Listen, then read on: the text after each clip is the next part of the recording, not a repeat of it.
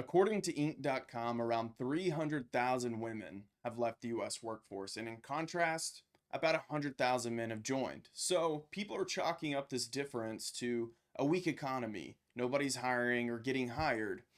There could be something more to this, though. Now, this even made its way to the men's rights subreddit, which is just always a trip and so interesting. But this person says, imagine having someone voluntarily work 60-hour work weeks for you, providing for your every need and want, while the only expectation is that you cook, clean, and care for the children. And considering that slavery and oppression, even just reading that paragraph is just shocking to me, because how have we been conditioned to believe that being taken care of and tending for your home and playing with adorable, cute little children that you birthed, that you created, is slavery? I wanted to see if I could actually quantify these sentiments that I'm seeing in the comment sections and on TikTok, of not wanting to work. However, I wanted to see what I could find, especially in terms of married women staying home, and I actually found a lot. 48% of women don't want to go back to work in the office full time. And this article says, a new study by PerceptXY, an employee listening and people analytics platform, found that compared to 6 months ago, 48% of women are less likely to want to return to their workplace in a full-time capacity. The report also highlights that over 2 million women have left the workforce entirely since the pandemic began. Quote, while it's shocking that more than 2 million women have left the workforce as a result of the pandemic, it's not that surprising that the majority of women looking for a hybrid work arrangement would prefer to spend fewer days in the office than their male counterparts. Have these journalists ever considered that maybe women find more fulfillment in those tasks, that they want to spend time with their children, that they would like to have a hybrid job so they can go home and take their kids to soccer or spend time with them or cook dinner for them because they love that? Maybe because we're good at that, because that's what we're actually designed to do. Now, this even made its way. Yeah, I will go ahead and say, if I had the option to be a stay-at-home parent, I would do it in a heartbeat. I would be the dad that loads up his kids in the minivan and takes them to that soccer game, and I would feel amazing about it. Would be listening to some death metal, and it would be sick. This is an older clip around COVID time, and I think it makes a lot of sense, and it's relevant today because it's been leading up to what's happening.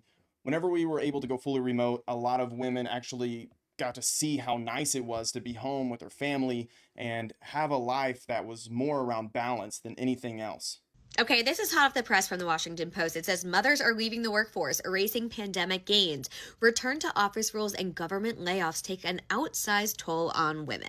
I am not surprised by this article, and I don't think any single working mother in America would be either, because being a working mother in America is completely unsustainable. And something this article and none of the other articles talk about is how we always talk about these things as disproportionately impacting women, right? Lack of paid parental leave, return to office mandates, government layoffs, lack of affordable childcare.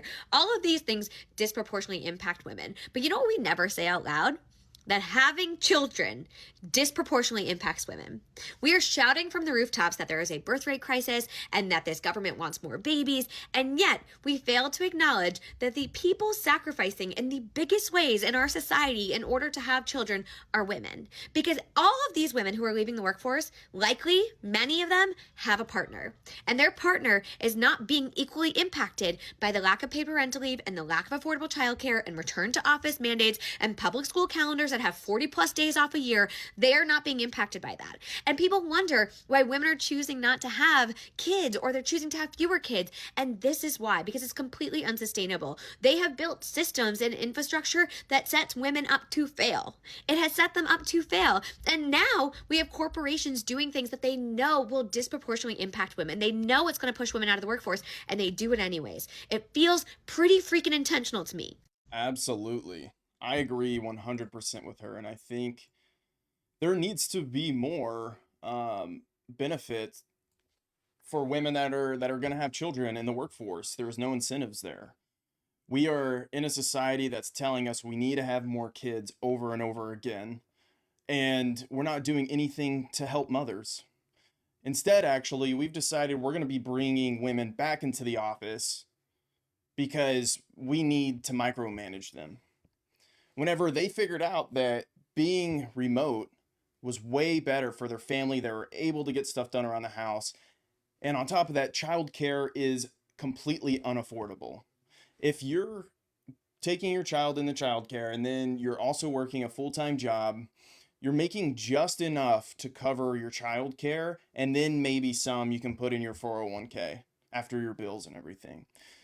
She did say that men aren't impacted by this, and their partners, they absolutely are impacted by this.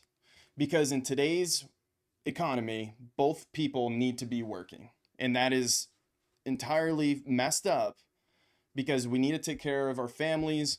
But at the end of the day, everything is unaffordable and both parents need to be working. So this isn't just something that affects women, it affects their partner as well. If both of you guys are working hard, you don't have any kids, you live in a small shoebox apartment, you're able to save as much as you can, and then boom, I might be able to retire one day. Look at our account. The S&P just keeps going up. Okay, let's add a kid into there. Well, now either I have to go into the office or we're paying this crazy amount of childcare and then her salary is paying for the childcare. What are we going to do? I got 14 weeks of parental leave. My wife has 6.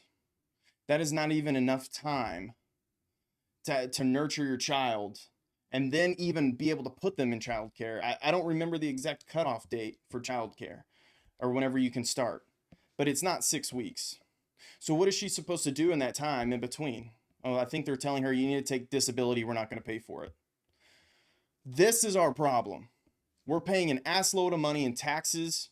I get paid on $1. They're taking 24 something percent out. I go to the store, I buy something. They're also taxing my dollar. If you own a property here in Texas, they're going to tax you on that. And then they're going to print money and devalue that dollar. So you're basically left with nothing. And then the cost of living keeps increasing and our salaries do not increase.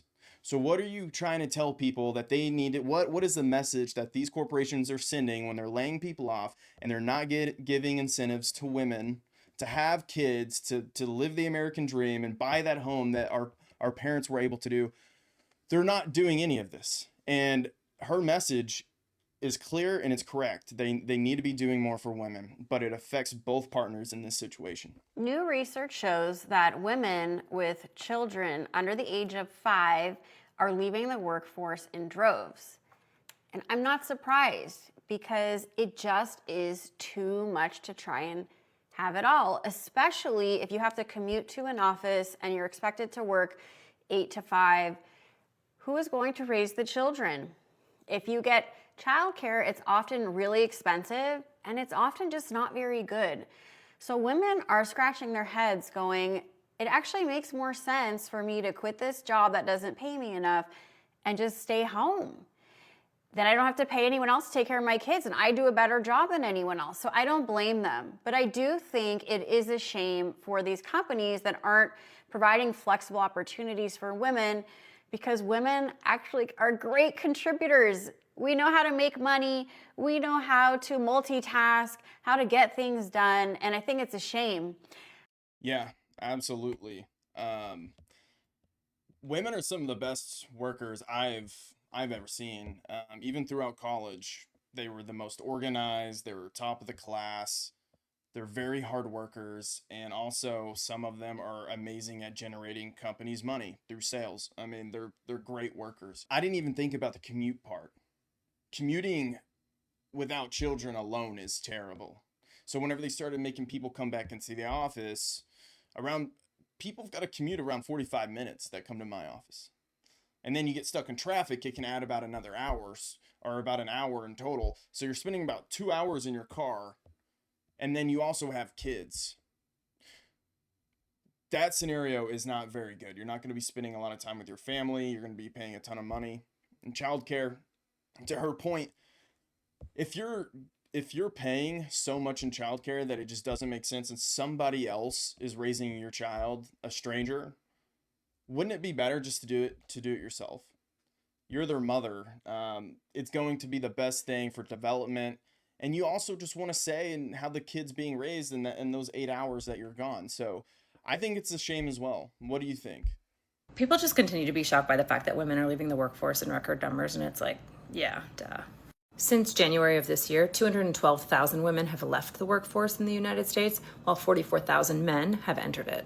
And it's like, it's not that shocking considering the system wasn't really set up for women to succeed, to be the head of the household, the social chair, take care of a lot of the household duties and chores, raise children, and work. I think a lot of women used to think that like having it all meant doing all of those things. But I think a lot more people are realizing that having it all means being able to decide how you spend your time. The thing that makes me a little bit nervous is like, are we going to have an entire generation of women that are missing out on economic opportunities? Like, are we going to be less well off than the prior generation? If you're a woman who's left your job, what do you think? People just continue to be. It is smart for you and your partner to plan together for the future, and that means having an equal Roth IRA individual contributing account that you want to put money in there for her in the future. And there's things you can also do as a woman. You can find side work, you could maybe start your own business, whatever it may be.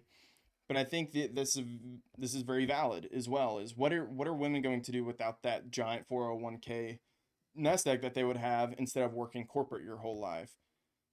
I guess that it could really go two ways here. You forget about the children, you become a corporate boss, and you live your life saving for retirement, and then you get older and you maybe regret not having kids. Or you can say, I'm going to have kids early on and not work. Maybe whenever they leave, I can get a job then, and then everything will kind of work out in the end. People are saying it's important to have a society where women are valued and having children is a priority, which we say it is here, but we don't really show it through actions. Let me know what you think about the whole situation. I'm going to continue to be posting throughout the week. If you could give me a like, subscribe, it would mean a lot. I appreciate it. I'm really enjoying doing these, and I'm enjoying the feedback you've been giving me. So thank you for your time, and I'll see you next time.